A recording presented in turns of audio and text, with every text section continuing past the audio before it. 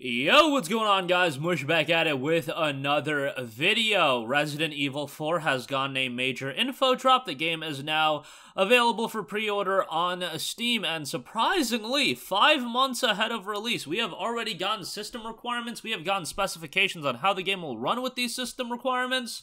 Only 2 tiers of requirements for now. Maybe that'll change as we head closer into the release. We'll talk all about that. We'll give you guys a heads up on the available editions of the game as well. We'll get into the system requirements in a second. Obviously, this is a game I'm incredibly excited about. I talked about it a little bit earlier today, but Resident Evil 4 is really one of the most iconic video games of all time, and for a lot of people, it is the game that got them into Resident Evil. I know some people see Resident Evil 4 as the game to take Resident Evil a bit more into the mainstream. It did get a little bit more actiony, but I still felt it stayed true to Resident Evil as a whole. But you know, I'm not the kind of person that grew up with Resident Evil 1, 2, and 3, even Code Veronica and whatnot. Resident Evil 4 was really the first one that I got super into. Obviously, I went back and played the others, but, you know, maybe my perception of the game is going to be a little bit different based on that fact. But incredibly excited for this remake. Remember, while this game is mostly being promoted as a next-generation title, being PlayStation 5, Xbox Series, PC,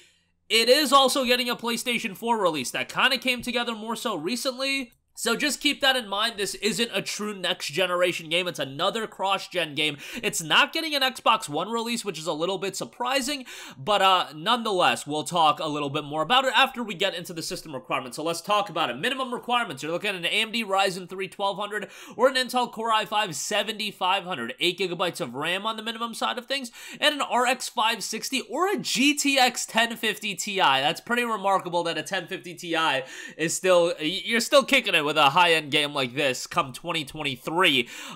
As far as the additional notes, it notes estimated performance when set to prioritize performance, so that's going to be a setting in the game. 1080p 60 frames per second, frame rate might drop in graphics-intensive scenes. AMD Radeon RX 6700 XT or RTX 2060 required to support ray tracing with prioritizing performance. Recommended, on the other hand, you're looking at an AMD Ryzen 5 3600 or an Intel Core i7 8700, so higher-end CPUs there, multi-threaded CPUs.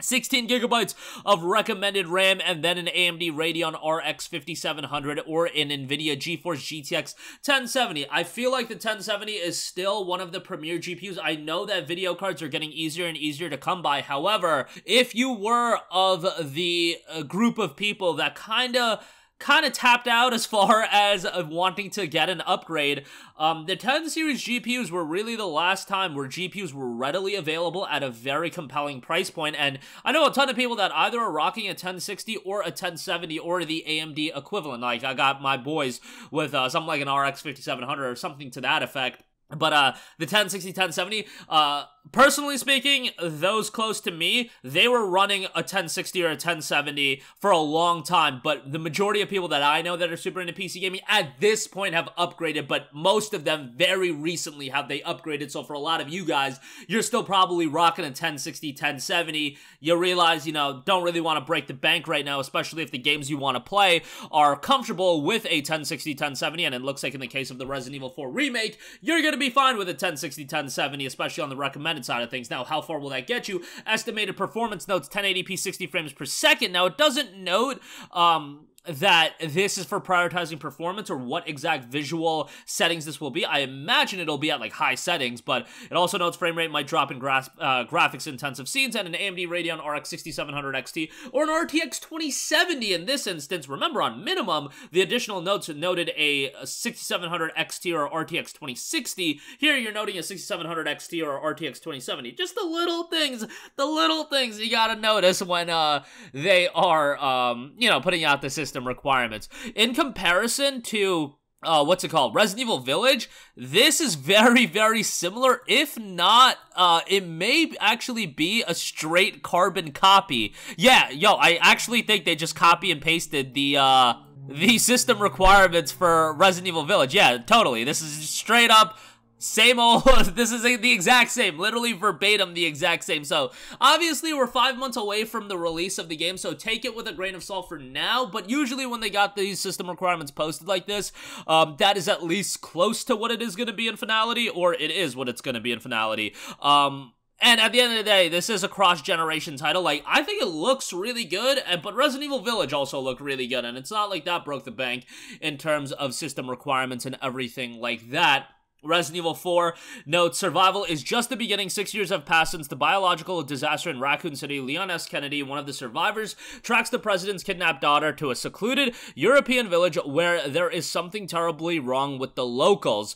There will be a digital standard edition and a digital deluxe edition. The standard edition will be $59.99. That will give you the pre-order bonuses of a gold case as well as the handgun ammo charm. If you want to buy the deluxe edition, that will set you back $10 more at $69.99, and that will include the gold case, a classic case, handgun ammo, and then green herb. So that is the pre-order bonus for the deluxe edition. And then if you buy the deluxe edition, this is the content that's coming with the deluxe edition itself. So it contains the main game and extra DLC pack, which includes the following item: Leon and Ashley costumes casual, Leon and Ashley costumes romantic, Leon costume and filter hero, Leon costume and filter villain, Leon accessory sunglasses sporty, deluxe weapon Sentinel 9, deluxe weapon Skull Shaker, original version soundtrack swap, and treasure map expansion. So there you go. That is everything coming with the Resident Evil 4 Remake.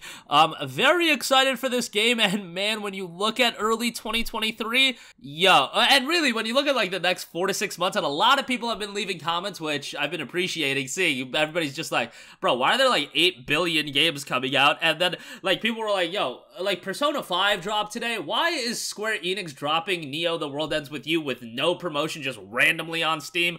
And like everybody's going broke right now, like trying to buy all these games, but World Ends With You, Persona 5, Gotham Knights today, New Tales from the Borderlands, Call of Duty next week, Star Ocean next week, and it goes on and on. November, December, January, February, and March is when you're going to get Resident Evil 4. I should also note the Resident Evil Village expansion is going to be coming out soon. With that, the Resident Evil Village Gold Edition gameplay demo is available right now. That gives you 60 minutes of gameplay, and it does include the third-person mode, so if you do want to check that out, that is an option as well. Capcom is also running a Halloween sale, so a bunch of the Resident Evil games are discounted right now, so you can get them on sale as well. But that's gonna do it for me. Wanted to run you guys through the Resident Evil 4 Remake system requirements. Let me know your guys' thoughts and your opinions. This is one of my most anticipated games of 2023, but I loved RE4 growing up, and I played it on PS2, played it on the Nintendo Wii, and then I played it on PC, the original version, and I'm really excited for this remake. It'll be interesting to see how much, if anything, they really do change from the original version. But that's going to do it for me. Let me know all your thoughts